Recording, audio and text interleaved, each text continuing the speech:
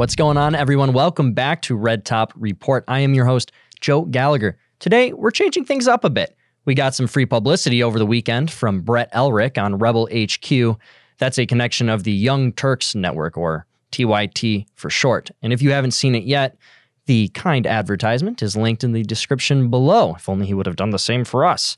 Today's episode is my response, our response to Brett Erlich. He is putting together an army of child soldiers to take down their fellow Zoomers in the name of Christ. So let's talk about this army of children point.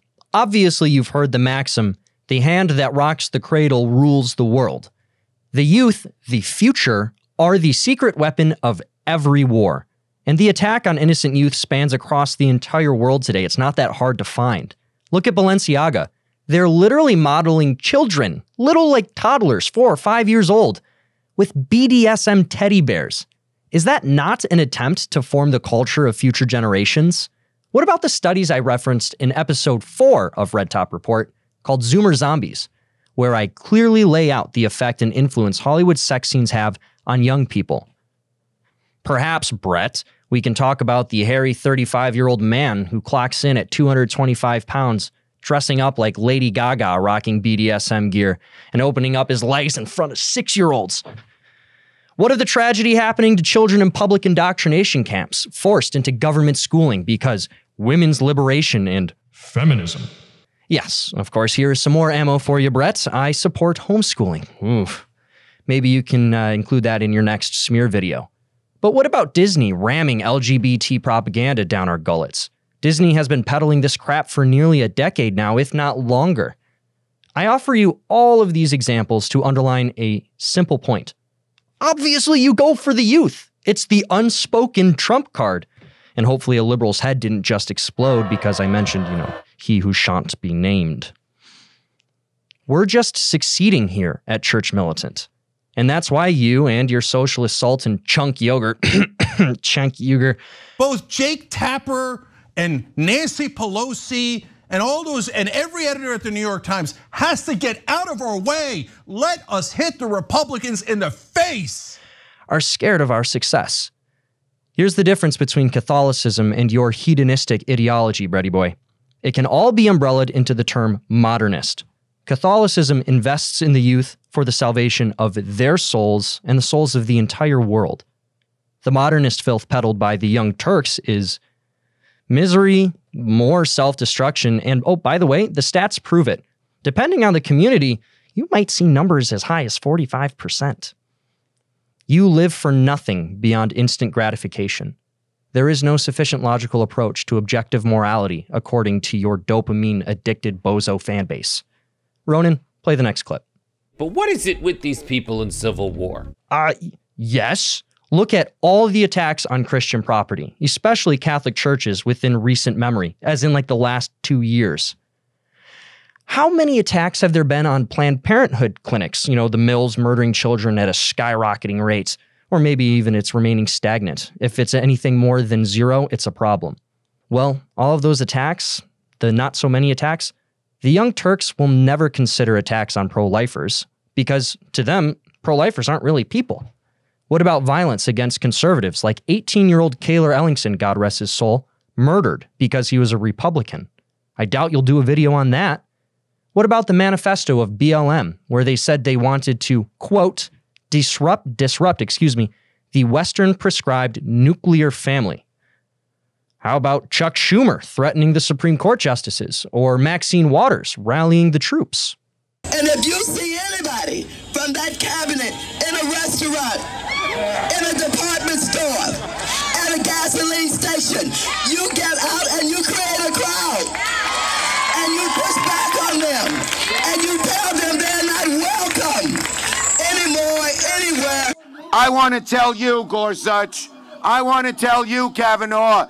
You have released the whirlwind, and you will pay the price. The cat's out of the bag, Brett. The people who have brainwashed you do want us dead. They have declared a silent war because we Catholics and other Christians are the last barrier between the global neoliberal elites and their dream to dominate the masses and subdue everyone, including their puppets. Puppets like you. This war is just becoming more noticeable because conservatives are waking up, finally, even if it is decades too late.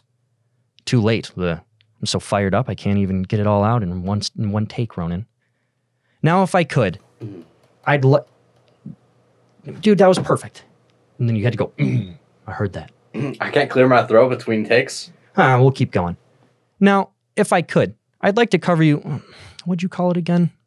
Stupid holy war. Oh, yes, that. Only one of the two possible conclusions will result from the polarity facing our nation and the world today.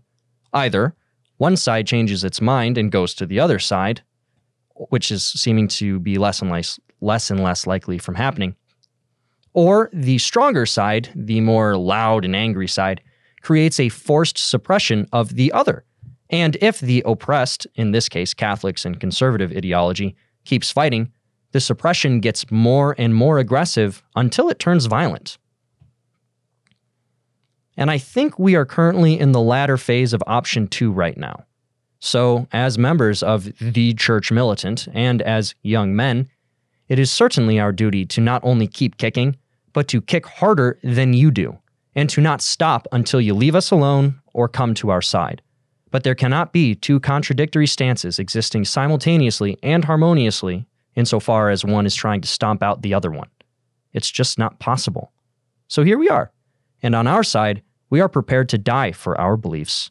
Are you? Anyways, his name is Michael Voris, and he runs a church called Church Militant. And the only difference between Church Militant and the Faith Militant in Game of Thrones is dragons. That is the only difference. For the record, Michael Voris is not my God, nor is he my high priest, and he would never say that he is.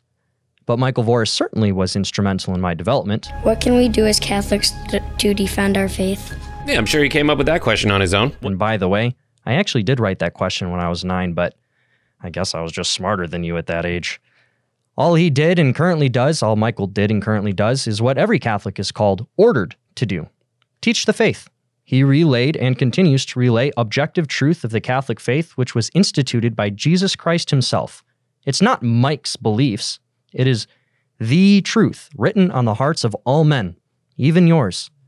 And after many hiccups, I finally embraced the truth like so many other people have in the Catholic Church's magnificent 2,000-year history. And this comes to my final point, Brett.